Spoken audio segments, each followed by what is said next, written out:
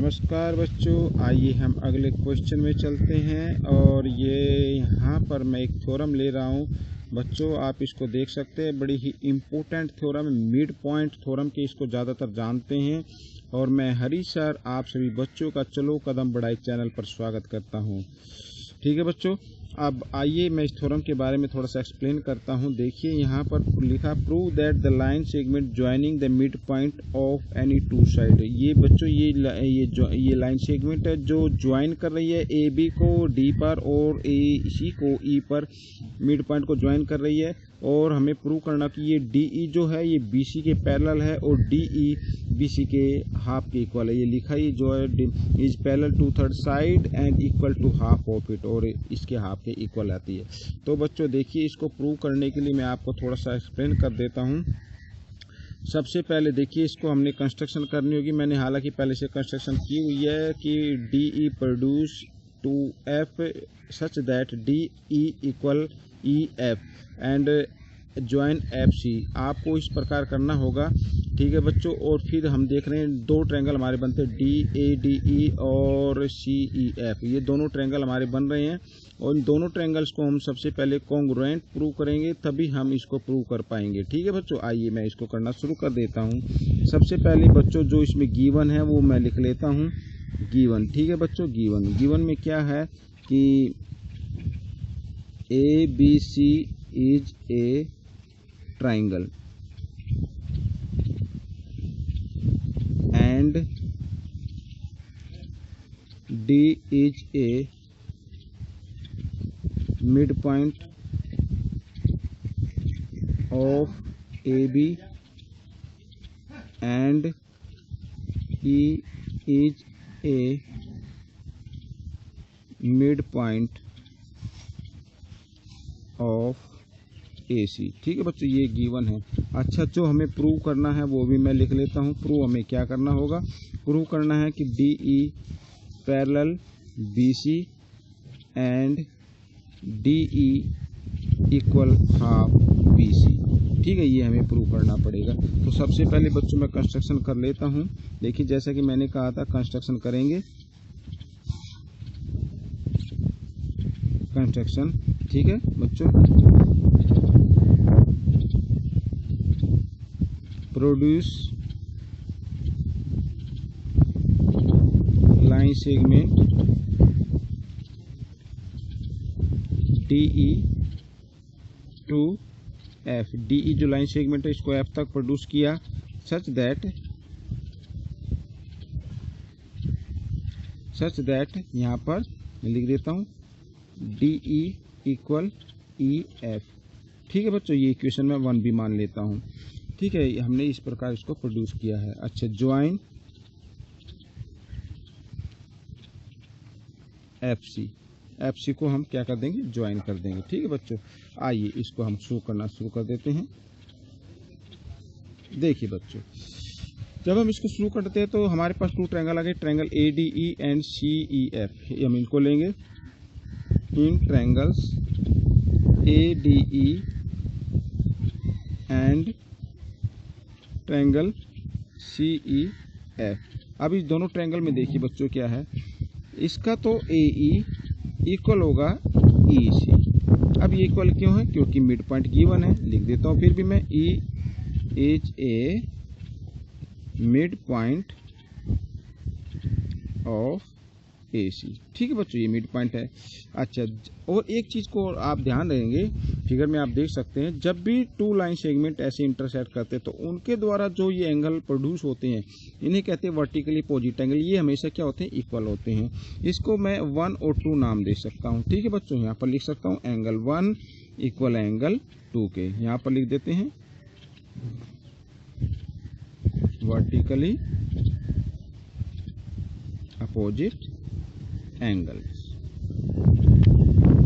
ठीक है, ये हमेशा क्या होते हैं, इक्वल होते हैं। अच्छा, तीसरी चीज हमने बच्चों देखिए, क्या किया था कंस्ट्रक्शन में, किया था डी ई को हमने प्रोड्यूस किया था एफ तक, इस प्रकार की डी ई इक्वल आ जाए ई एफ। ठीक है बच्चों, यहाँ पर मैं लिख सकता हूँ D E equal E F by construction लिख देते हैं, बाई कंस्ट्रक्शन, ये जरूर लिखना चाहिए आपको ताकि आपको पूरे मार्क्स मिल सके। ठीक है बच्चों, ये अच्छा। अब आगे देखिए, किसी भी ट्रायंगल को कॉन्ग्रुएंट प्रूव करने के लिए 3 प्रॉपर्टीज चाहिए और वो 3 प्रॉपर्टीज आ चुकी हैं। ठीक है बच्चों, 3 प्रॉपर्टीज आ चुकी हैं। मैं थोड़ा सा इसको ये कर लेता हूँ, ओढ़े ना, ताकि हाँ अब देखिए 3 प्रॉपर्टीज आ चुकी हैं और 3 प्रॉपर्टीज आने के बाद हम उसको कॉन्ग्रुएंट लिख सकते हैं। जैसे मैं लिख रहा हूँ, triangle ADE congruent triangle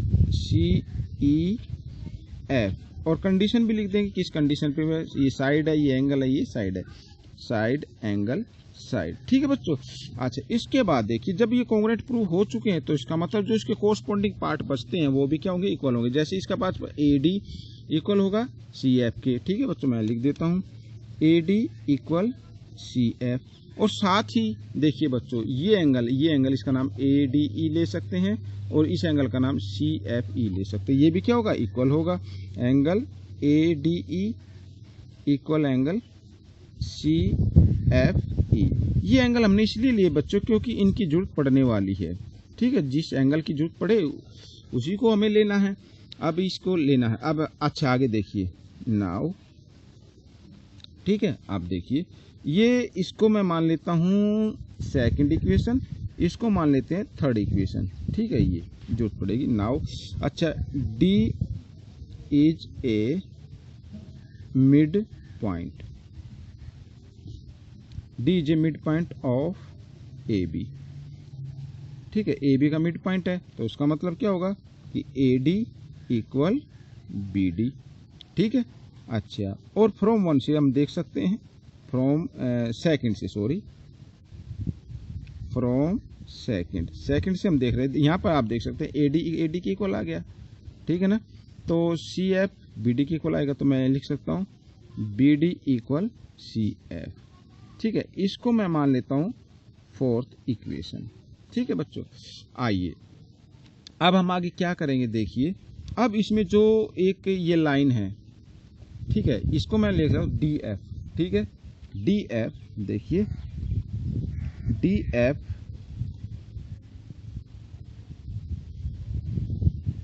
intersect AD and CF at D and F respectively। ठीक है बच्चों, देखिए ये DF AD को भी और CF को भी क्या कर रहा है, इंटरसेक्ट कर रहा है।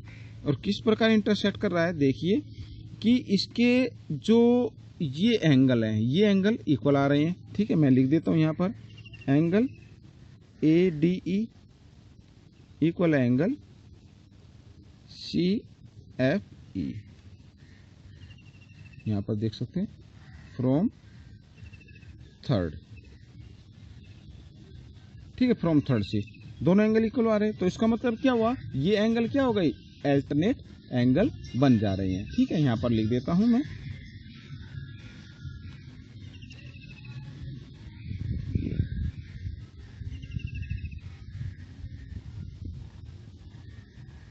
यहां पर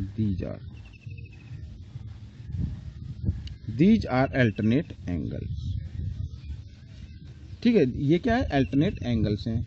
तो इसका मतलब जब अल्टरनेट एंगल हैं तो जो ये अल्टरनेट एंगल है ये इसको इंटरसेक्ट करे किस को, AD को और CF को। तो इसका मतलब क्या होगा कि AD पैरेलल CF।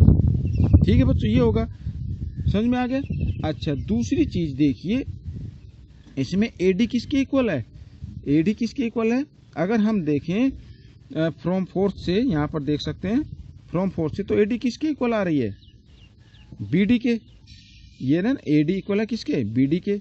ठीक है, AD इक्वल है BD के, आप इसमें देख सकते हैं, सेकंड में देख सकते हैं, यहाँ पर देख सकते हैं AD इक्वल है BD के यहाँ पर। ठीक है, DJ मिड पॉइंट है ना, तो हम AD की जगह क्या लिख सकते हैं, BD भी लिख सकते हैं, BD पैरेलल CF। ठीक है, BD पैरेलल CF। अच्छा, और देखिए फ्रॉम फोर्थ से हम देख सकते हैं BD इक्वल CF। अब देखिए BD CF के भी पैरेलल है और BD CF के भी इक्वल है। ठीक है बच्चों, तो इसका मतलब क्या हो गया?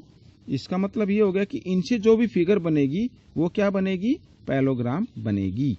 ठीक है बच्चों, आइए मैं लिख देता हूँ, नेक्स्ट पेज पर मैं आपको बताता हूँ। यहाँ पर देखिए, यहाँ पर देन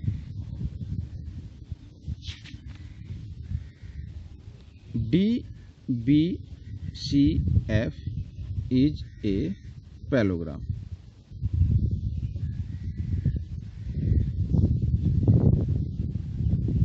ठीक है, ये पैरेललोग्राम बन गया। अच्छा, और हम जानते हैं कि पैरेललोग्राम की जो अपोजिट साइड होती हैं वो भी क्या होती हैं? पैरेलल होती हैं। लिख देते हैं, we know that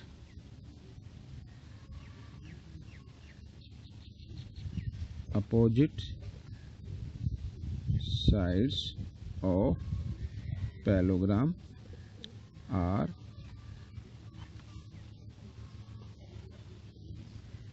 parallel and equal। ठीक है बच्चों। अच्छा, अब इसकी अपोजिट साइड क्या हो गई? इसकी जो अपोजिट साइड है वो है, यहाँ पर देखिए दोबारा मैं दिखा सकता हूँ। इसकी अपोजिट साइड क्या हो गई? ये DF, ठीक है, BC के। तो यहां पर मैं लिख सकता हूं DF पैरेलल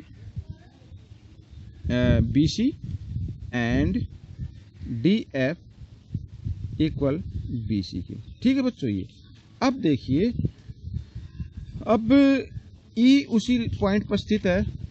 ये देखिए, दोबारा देख सकते हैं, यहाँ पर ये थोड़ा सा दिक्कत हो रही है। ये देखिए, E इसी पॉइंट पर स्थित है, तो हम लिख सकते हैं DE। ठीक है, इसकी जगह लिख सकते हैं, क्या लिख सकते हैं? DE। तो DE पैरेलल BC एंड, अब DF में क्या आते हैं? देखिए, दो पॉइंट आते हैं, DE आता है एक तो, प्लस EF आता है और इक्वल BC। ठीक है बच्चों, अब देखिए DE प्लस EF की जगह मैं क्या लिख रहा हूँ? DE लिख रहा हूँ। क्यों? क्योंकि दोनों क्या हैं? इक्वल हैं। ठीक है, ये मैंने कंस्ट्रक्शन में किया था, DE इक्वल EF। कंस्ट्रक्शन में किया था ना बच्चों, याद रखना चाहिए। अच्छा, 1DE और 1DE कितने हो गए? 2DE equal BC। 2 इधर मल्टीप्लाई की फॉर्म में, इधर आकर डिवाइड की फॉर्म में आ जाएगा। इस प्रकार हम लिख सकते हैं BC। तो बच्चों यही हमें प्रूव करना था, ये प्रूव हो चुका है। तो बच्चों ये क्वेश्चन आपको कैसा लगा? देखिए, मैं इसको थोड़ा सा खोल के मैं दिखा देता हूँ। ये देखिए, ये बच्चों ये क्वेश्चन आप देख रहे हैं, इस पर मैंने इसको पूरा एक्सप्लेन कर दिया है। अगर ये बच्चों आपको पसंद आया तो प्लीज़ कमेंट्स में ज़रूर लिखिए। ना भी पसंद आया तो भी कमेंट्स लिखिए। और बच्चों इसको ज़्यादा से ज़्यादा शेयर कीजिए और इसमें से सीखकर आप बच्चों दूसरे बच्चों को ज़रूर सिखाएं। चलो कदम बढ़ाएं, देश को शिक्षित बनाएं। बच्चों मेरे चैनल को सब्सक्राइब जरूर कर लीजिए ताकि आपको आने वाले हर वीडियो के बारे में अपडेट मिलता रहे। तो बच्चों मिलते हैं अगले पार्ट में, तब तक के लिए धन्यवाद।